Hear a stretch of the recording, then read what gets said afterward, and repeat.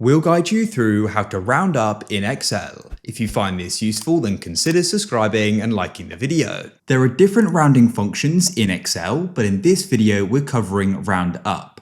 So here are some numbers I want to go and round up. First of all, select the cell where you want to go and do it, which I've now got selected, and type in equals and type in round up. Then type in open bracket and select the cell you want to go and round. In this case for me, it's C2, so I'll select it. Then put in a comma. And now you need to go and type in the number of decimal places you want to go and round to. So for example, let's say I want to go and round to 0. I'll put in 0, close the brackets, and there we go. It's then been rounded. Of course, you could go and adjust that. So I could go and make it 1, for example, like so, and it would then be rounded up.